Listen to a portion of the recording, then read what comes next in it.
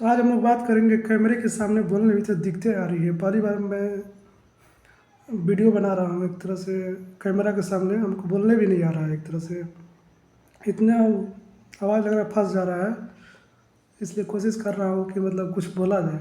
इतना पढ़ने के बाद भी हम लोग को कुछ बोलने नहीं आता, मतलब कहीं पर खड़ा होकर बोलने में बहुत सारा मतलब लगता है कि पैर काँपने लगता है एक तरह से। इतना पढ़ने का फिर फ़ायदा क्या हुआ? जो समाज में घटनाएं घट रही है उसके बारे में कुछ ना बोला जाए, एकदम मौन धारण कर लिया जाए, तो ये हम लोगों का मतलब सोसाइटी का मतलब अच्छा सोसाइटी की मतलब एक तरह से पावर नहीं दिखाता है। आज का एजुकेशन सिस्टम देखा जाए, लोगों को मतलब सोचने समझने की क्षमता को नहीं विकसित कर रहा है, एक तरह से रट्टू तोता बना दिया हम लोगों को। क्या मतलब 20 साल 50 साल जो सिलेबस में पढ़ाया जा रहा है, क्या वो काम आएगा? किस लिए मतलब हम लोग को शिक्षा क्या डालना चाहिए शिक्षा में? आज आईआईटी की तैयारी करते हैं लोग, क्या वो जो मतलब चीज़ें पढ़ाया जाता है क्या वो काम आता है कि नहीं आता है? मतलब आज हम लोग नौकरी की तैयारी कर रहे हैं, लेकिन जो हम लोग को जो चीज़ें जिस चीज़ की तैयारी करके ये नौकरी में जाते हैं, क्या हम लोगों का साइन थीटा कॉस थीटा का मतलब उसका यूज होता है? नहीं यूज होता है, तो फिर उसको क्यों मतलब लिया जा रहा है ऐसा टेस्ट? हम लोग खुद सोचना चाहिए, हम लोग को ऐसा सिलेबस बनाना चाहिए ताकि हम लोग एक तरह से आगे की ओर बढ़ सकें। हमारी सोसाइटी एक तरह से आत्म डिपेंडेंट बन सके, एक तरह से सेल्फ रिलायंट बन सके, ताकि हम लोग को दूसरे पर निर्भर नहीं रहना पड़े। एक ऐसा एजुकेशन दिया जाए ताकि स्कूलों में मतलब हम लोग पहले से ही एक तरह से रोज़गार पैदा करने वाले बन जाए, ना कि नौकरी करने के लिए दूसरों को काम करने का। नौकरी का मतलब ही होता है किसी दूसरे के अंदर में काम करके, अंदर में रह कर काम करना, एक तरह से अपना मतलब जो वैल्यू है उसको उसको गिरा देना एक तरह से है। इसलिए हम लोग को ऐसा मतलब पेशा चुनना चाहिए ताकि हम लोग खुद बन सके, मतलब हम लोग खुद नौकरी पैदा कर सकें। ऐसे एजुकेशन सिस्टम जो मतलब अंग्रेज़ों की देन है। अंग्रेज़ों ने एजुकेशन सिस्टम क्यों लाया था, पहले ये सोचा जाए।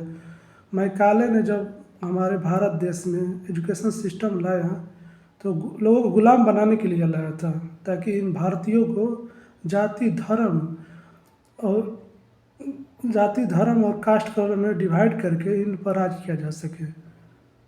तो मैकाले ने ऐसा शिक्षा विकसित किया एक तरह से कि मतलब आदमी एक तरह से क्या मतलब कि एक तरह से क्लर्क के काम करे, एक तरह से जो अंग्रेज़ों का भक्ति करे एक तरह।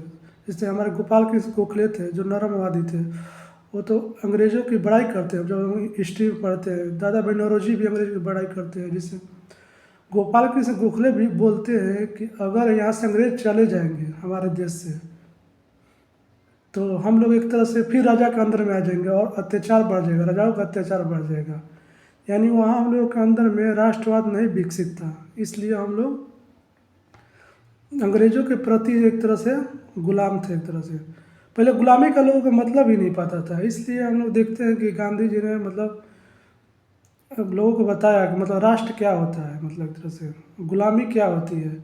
कभी कभी लगता है कि लोग गुलाम रहते हैं लेकिन खुद नहीं पता होता है कि हम गुलाम है कि नहीं है। तो ये चीज़ें हम लोगों को मतलब लर्निंग से ही पता चलता है कि क्या मतलब गलत हो रहा है क्या सही हो रहा है। सोसाइटी के अंदर ऐसे हम देखते हैं कि जाति प्रथा देखते हैं, हम लोग दहेज प्रथा देखते हैं, फिर भी हम लोग उसके बारे में नहीं बोलते हैं, क्योंकि हम लोग को बोलने से लगता है कि सब लोग को मतलब ऊपर से पहाड़ टूट पड़ेगा, दूसरे क्या कहेगा उस पर हम ध्यान देते हैं। हम लोग दूसरा क्या कहेगा, जब हम ही ध्यान देने लगेंगे तो हम कुछ बोल ही नहीं पाएंगे। एक तरह से लोग शर्म के मारे एक तरह से कुछ बोल ही नहीं पाएगा। तो लोगों को ध्यान ना देकर लोग क्या कह रहे हैं, लोग तो कहते रहेंगे। हम लोग खुद अपने विश्वास करके उसके बारे में सोचना चाहिए। तो हम लोग बात कर रहे थे एजुकेशन सिस्टम के बारे में। तो मैकाले ऐसा लोग बनाना चाह कि ऐसा एक दिमाग वाला आदमी को पैदा करना चाह रहा था एजुकेशन से, कि उनका मतलब ब्लड जो है ना, मतलब ब्लड तो भारतीय हो, मतलब कलर उसका भारतीय हो, लेकिन उसका माइंड जो हो ब्रिटिश के प्रति देशभक्ति के लिए हो एक तरह से। यानी हम लोगों के लिए काम कर सके एक तरह से। वही एजुकेशन सिस्टम आज है कि हम लोग ऐसा सिखाया जाता है कि हम लोग को क्वेश्चन नहीं करना चाहिए। जो क्लास में पढ़ाया जा रहा है उसी को रटो, उसी को मतलब जाकर मतलब जाकर लिख दो मतलब रात भर रटो फिर लिखो उसको। इससे देखा जाए तो आदमी के अंदर एक तरह से दिमाग के अंदर भर एकदम कचरा लेकर भरा रहता है एक तरह से वो।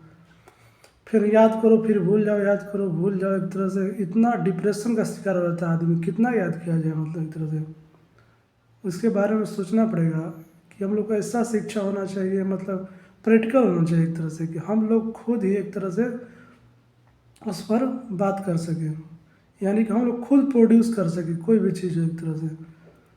जब तक हम लोग खुद मतलब विकसित नहीं बनेंगे तो क्या मतलब दूसरे देश के सामने को हम लोग खड़े होने के पावर भी नहीं होगा एक तरह से। आज जो चाइना जो विकसित कर रहा है, कोई भी मतलब एआई विकसित कर रहा है, आज मतलब आज हम लोग देखते हैं कि कुछ दिन पहले मतलब भारत देश में एआई समिट हो रहा था। उसमें हम देखते हैं कि गलगोटिया यूनिवर्सिटी का मतलब जो थी उन्होंने बताया कि 350 करोड़ एआई में हमने लगाया है, जबकि उनका जो था ओरायन जो डॉग था, जबकि वो चाइना से बनाया गया था। वो बता रही थी कि हमारे मतलब कॉलेज ने बनाया है। ये कितना शर्म की बात है कि लोग दूसरे देश को अपना चीज़ बताकर भारत देश का नाम खराब कर रहे हैं एक तरह से वो। तो हम लोग ये सोचना होगा, जब तक हम लोग माइंड के अंदर एक तरह से पावर नहीं आएगा, बोलने का पावर मतलब हर चीज़ को सोचने के पावर, हर चीज़ को क्रिटिक के तरह देख कर मतलब क्रिटिकल थिंकिंग के पावर को बढ़ाकर हम लोग को बोलना पड़ेगा। जब हम लोग यही नहीं पता चलेगा तो फिर कैसे हम लोग आगे बढ़ पाएंगे। तो हम लोग एजुकेशन सिस्टम को बदलना पड़ेगा, सिलेबस बदला जाए। सिलेबस तो आया है एनईपी मतलब 2020 आया है, लेकिन वो अभी गांव तक अभी भी लागू नहीं हुआ है। ग्राउंड स्तर पर हम लोग देखते हैं कि उसका कोई मतलब दिख नहीं रहा है प्रभाव। इसे हम लोग को सोचना पड़ेगा उसके बारे में, हर व्यक्ति हर नागरिक को। तभी हमारा देश एक विकसित भारत बन पाएगा, तभी हम लोग विश्व गुरु बन पाएंगे। इस इसलिए मतलब एजुकेशन ऐसा होना चाहिए ताकि हम लोग क्रिटिकल थिंकिंग कर सकें। Thank you.